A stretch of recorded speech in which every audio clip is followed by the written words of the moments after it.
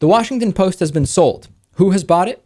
Jeff Bezos. Jeff Bezos, Amazon's founder, a very, very rich guy.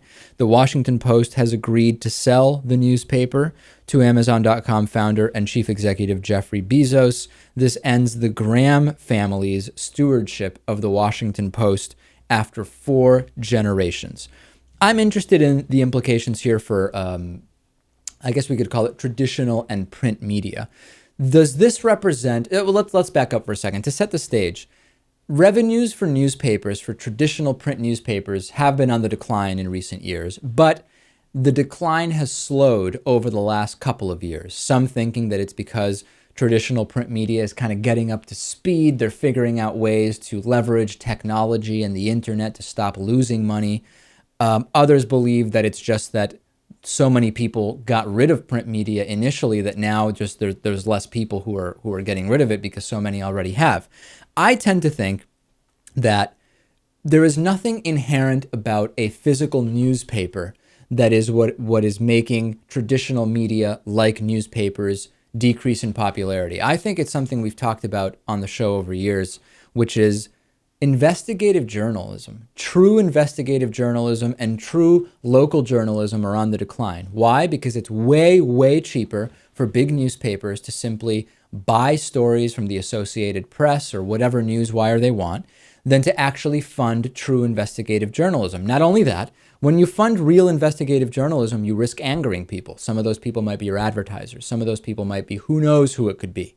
And now more than ever, with declining revenues, it becomes a self-fulfilling prophecy. Revenues go down, so you rely even more on the advertisers you have, so you can't anger them, so you don't do investigative journalism, so people don't get less interested, so less people read the newspaper, so your ad rates go down. It's this self-fulfilling circle that it's a vicious circle, really, that just doesn't work.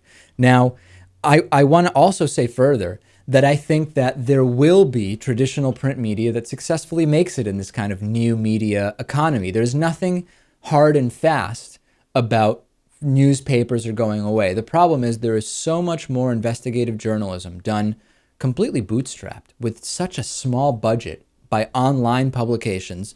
They are breaking stories. They are reporting stories that aren't even being reported in much traditional media. People just aren't relating to a lot of what is in the daily traditional newspapers. And not to pick on newspapers, PBS is having the same problem. I know the whole Big Bird funding controversy with Mitt Romney and the whole thing. That's not really what I'm talking about. What I'm saying is programming on networks like PBS has really become legacy programming mostly. And the funders of PBS, and I just recently actually met with a sales guy for a local PBS affiliate, I think they call them development when it's PBS, said, our donors are aging out. Our content is not really edgy. It's not appealing to the people that are watching the David Pakman show, other than maybe Charlie Rose for people who are news-minded. This is a real problem. I don't think it's anything specific about print media. I think it's more about the attitude, the lack of investigative journalism, the lack of new programming that really appeals to people other than those who have been the legacy donors. All right, on today's bonus show, we're going to check in with Lewis. He will be, I don't know if he's in Texas, if he's in Arkansas. We're going to check in with him. Yesterday, he was in Memphis, Tennessee, and a lot more coming up on the bonus show. Because of this big New York, Austin move that's happening, we're giving away t-shirts with memberships.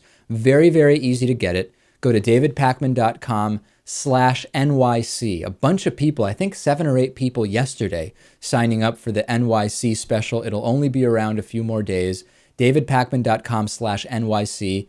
Pick up a membership. We'll send you a free t-shirt. Shipping's free if you live in the US. Excellent way to support the show, as we are mostly funded by individual viewers like you. We'll take a break. A lot more stories coming up, and we'll talk to Zach Coplin later on in the show as well.